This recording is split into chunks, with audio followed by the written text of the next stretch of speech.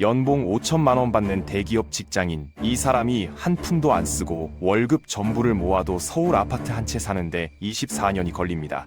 그런데 이건 밥도 안 먹고 옷도 안 사고 숨만 쉬면서 버틴다는 전제입니다. 현실적으로는 평생을 모아도 불가능하다는 얘기죠. 문제는 이게 일부 청년들의 이야기가 아니라는 겁니다. 지금 2030 세대 전체가 마주한 현실입니다. 그리고 더 심각한 건 이 상황이 앞으로 더 나빠질 거라는 사실이죠. 그런데 진짜 무서운 건 돈이 아닙니다. 지금부터 정말 필요한 정보들만 담았습니다. 차근차근 이해하기 쉽게 풀어드리겠습니다. 이상한 점이 하나 있습니다. 분명 예전보다 월급은 올랐습니다. 건강하다고 느끼는 청년도 많고 삶의 만족도도 나쁘지 않습니다. 그런데 결혼과 출산 앞에서는 역사상 최저치를 찍고 있습니다. 30대 초반 남성 10명 중 7명이 미혼이고 여성도 절반 이상이 결혼하지 않았습니다. 결혼을 꼭 해야 한다고 생각하는 청년은 3명 중 1명뿐이에요. 돈을 더 버는데 왜 가정을 꾸리는 건 점점 더 무모한 도박이 된 걸까요? 첫 번째 원인은 빚입니다. 39세 이하 가구는 모아둔 돈보다 갚아야 할 빚이 더 많습니다. 왜 이렇게 됐을까요? 범인은 모두가 알지만 아무도 손대지 못하는 곳에 있습니다. 바로 하늘 끝까지 치솟은 부동산 가격이죠. 몇 년 전까지 영혼까지 끌어모아 대출받는다는 말이 유행했습니다. 지금은 어떤가요? 영혼을 끌어모아도 닿지 않는 영역이 되어버렸습니다. 대출 문턱은 높아졌고 이자는 치솟았고 가격은 평범한 사람이 감당할 수 있는 한계를 훌쩍 넘어섰으니까요. 아무리 열심히 일해도 아무리 아껴도 월급만으로는 자산 가격 오르는 속도를 절대 따라잡을 수 없다는 깊은 체념. 마라톤을 뛰는데 결승선이 나보다 더 빨리 도망가는 느낌입니다. 출발할 때는 1km 앞에 있던 골인 지점이 열심히 뛰었더니 오히려 더 멀어져 있는 거죠. 게임 자체가 조작된 겁니다. 우리나라는 국민 자산의 대부분이 부동산에 몰려 있습니다. 다른 선진국들의 2배가 넘는 수준이에요. 돈을 벌면 땅이나 집으로 바꾸는 게 당연한 것처럼 사왔던 겁니다. 문제는 이런 상황에서 어떤 정권이 와도 가격을 내리기가 거의 불가능하다는 점이에요. 가격이 떨어지면 국민 재산이 증발하는 것처럼 보이니까요. 그래서 청년들 앞에는 잔인한 선택지만 남았습니다. 빚을 지면 평생 이자와 싸워야 하고 빚을 안 지면 영원히 내 집을 가질 수 없는 상황. 여기에 아이 한 명 키우는 비용까지 생각하면 미래를 설계한다는 게 사치처럼 느껴지는 거죠. 여기서 한 가지 더 짚을 게 있습니다. 뉴스에서 말하는 평균 자산이라는 숫자입니다. 국민 1인당 평균 자산이 2억이 넘는다고 합니다. 그런데 나는 그만큼 없단 말이에요. 나 빼고 다 부자인 건가 싶어지죠. 사실 이 평균이라는 숫자는 소수의 부자들이 확 끌어올린 겁니다. 실제로 국민 절반은 1억도 안 됩니다. 이런 진짜 숫자는 잘 발표되지 않아요.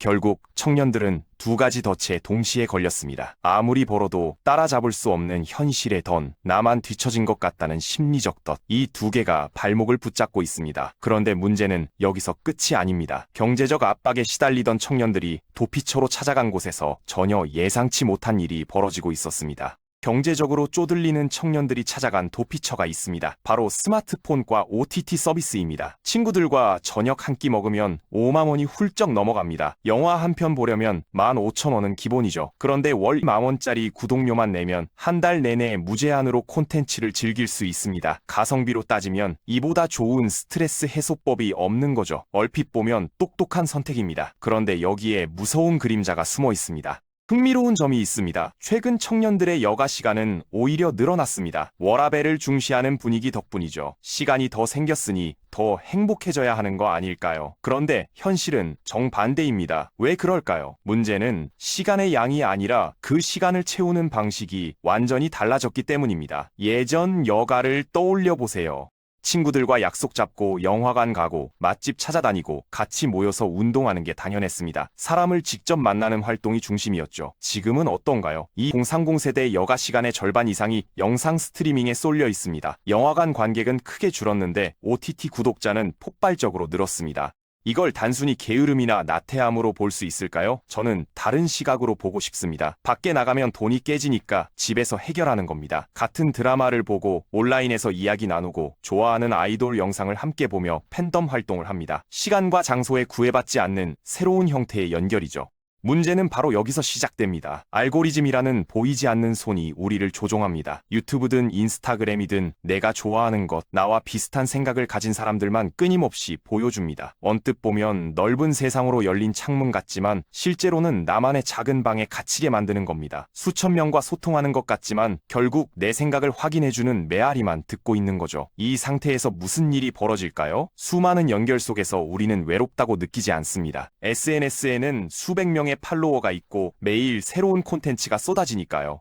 하지만 나와 다른 생각을 가진 사람과 부딪히고 불편한 대화를 나누고 그 과정에서 얻는 진짜 유대감은 사라져갑니다. 하트 버튼 하나로 유지되는 얕은 관계만 남는 거죠. 결과는 숫자로 드러났습니다. 20대 우울증 비율이 과거와 비교해 2배 이상 뛰었습니다. 정말 무서운 건 이들 중 상당수가 스스로 고립됐다고 느끼지 않는다는 점입니다. 분명 혼자는 아닌데 마음 한구석이 텅 빈 것 같은 이상한 감정, 채널을 아무리 돌려봐도 채워지지 않는 공허함, 연결은 넘쳐나는데 정작 마음을 나눌 사람은 없는 상태입니다. 경제적 압박이 청년들을 저비용 디지털 세계로 밀어넣었고 그 세계는 연결된 것 같으면서 실제로는 점점 더 외롭게 만들고 있었던 겁니다. 여기까지 듣고 이런 생각이 드실 수도 있습니다. 그래도 서울에 사는 청년들은 낫지 않나? 일자리도 많고 즐길 거리도 많고 기회도 많으니까. 그런데 정말 그럴까요?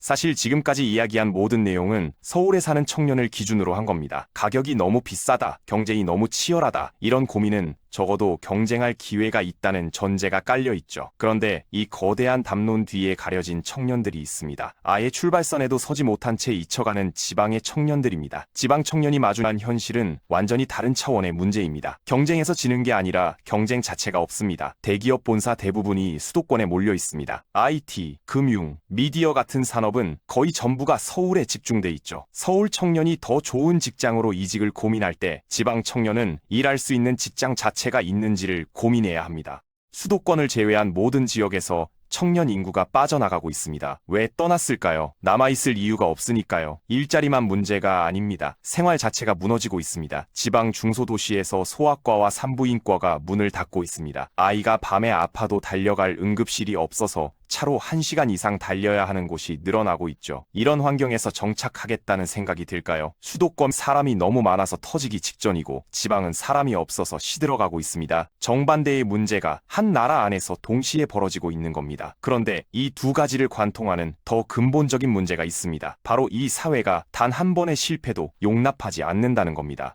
왜 청년들이 도전을 두려워하고 안정만 갈망하게 됐을까요? 열정이 부족해서가 아닙니다. 한번 넘어지면 다시 일어나기가 너무 어렵기 때문입니다. 대기업과 공공기관 정규직은 높은 연봉과 안정적인 복지가 보장됩니다. 문제는 이 자리가 전체의 15%도 안 된다는 겁니다. 나머지는 중소기업이나 비정규직으로 내몰립니다. 이 둘의 격차가 심각합니다. 대기업과 중소기업 신입사원의 연봉 차이가 거의 2배입니다. 이건 단순히 월급 차이가 아닙니다. 대출 한도, 결혼 자금, 자녀 교육까지 삶의 모든 조건이 달라집니다. 똑같이 대학 나오고 똑같이 하루 8시간 일해도 어디 취직했느냐에 따라 인생이 갈립니다. 이런 상황에서 청년들이 어떤 선택을 하겠습니까? 최대한 안전한 길만 찾게 됩니다. 창업이요? 한번 실패하면 빚더미에 앉아서 재기가 거의 불가능한데 누가 쉽게 뛰어듭니까? 이건 청년들이 겁이 많아서가 아닙니다. 살아남기 위한 어쩔 수 없는 선택인 겁니다. 더 심각한 건 실패했을 때 받아줄 안전망이 부실하다는 점입니다. 직장을 잃으면 다음 기회를 찾을 최소한의 시간조차 버티기 어렵습니다. 미국은 실패한 창업자에게 다시 투자하는 문화가 있고 유럽은 튼튼한 복지가 추락을 막아줍니다. 우리는 둘 다 없습니다. 그렇다면 정부는 이 문제를 해결하기 위해 뭘 해왔을까요? 매년 수십조 원이 청년 정책이라는 이름으로 쏟아집니다. 청년 일자리 지원, 주거 안정 대책, 자산 형성 프로그램, 들어보신 이름도 많으실 겁니다. 그런데 솔직하게 물어보겠습니다. 체감되시나요? 예를 들어 정부가 홍보하는 청년 일경험 프로그램을 보겠습니다. 6개월짜리 인턴십을 제공하고 월 200만 원 정도를 지원합니다. 당장 실업률 수치는 낮아지고 스펙 하나는 추가되죠. 그런데 6개월이 끝나면 어떻게 될까요? 다시 원점입니다. 또 다른 단기 일자리를 찾아 헤매야 합니다. 이건 뿌리를 건드리는 게 아니라 겉에 반창고를 붙이는 수준입니다. 청년 적금이나 자산 형성 지원도 비슷합니다. 몇 년 동안 열심히 모아서 1,000만 원, 2천만 원 만들어봤자 현실 앞에서 그 돈이 의미가 있을까요? 큰 불이 났는데 종이컵으로 물 뿌리는 격입니다. 선한 의도는 의심하지 않습니다. 다만 문제의 크기를 전혀 따라가지 못하고 있는 거죠. 여기서 한 가지 질문을 던져보겠습니다. 만약 이 모든 문제가 해결돼서 청년들이 과거처럼 안정적으로 집 사고 가정 꾸릴 수 있게 된다고 쳐봅시다. 그게 지금 청년들이 원하는 삶일까요? 어쩌면 우리가 당연하게 여겨왔던 성공의 기준 자체를 다시 생각해봐야 할 때가 아닐까요?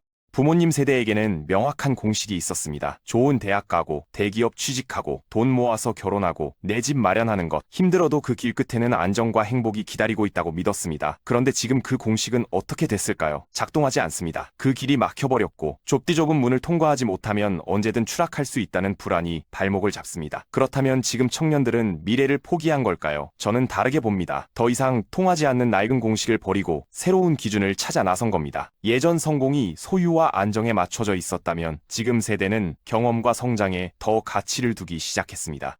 물론 현실적인 준비도 필요합니다. 예전에는 은행에 넣어두기만 해도 돈이 불어났지만 지금은 불가능한 일입니다. 다만 중요한 게 있습니다. 하루 종일 투자 정보만 들여다보는 순간 정작 나를 성장시킬 시간이 사라집니다. 돈 관리는 시스템을 만들어두고 시간은 내 가치를 높이는 데 쓰는 게 훨씬 현명합니다. 그리고 혼자 끙끙 앓지 마세요. 같은 고민을 나눌 수 있는 사람들을 찾아서 대화하세요. 그 연결이 생각보다 큰 힘이 됩니다. 정해진 답을 따라가는 게 아니라 내가 직접 답을 만들어야 하는 시대가 온 겁니다. 쉽지 않겠지만 그래서 더 가능성이 열려있기도 합니다. 오늘 이 영상이 조금이라도 도움이 되셨다면 좋아요와 구독 부탁드립니다. 감사합니다.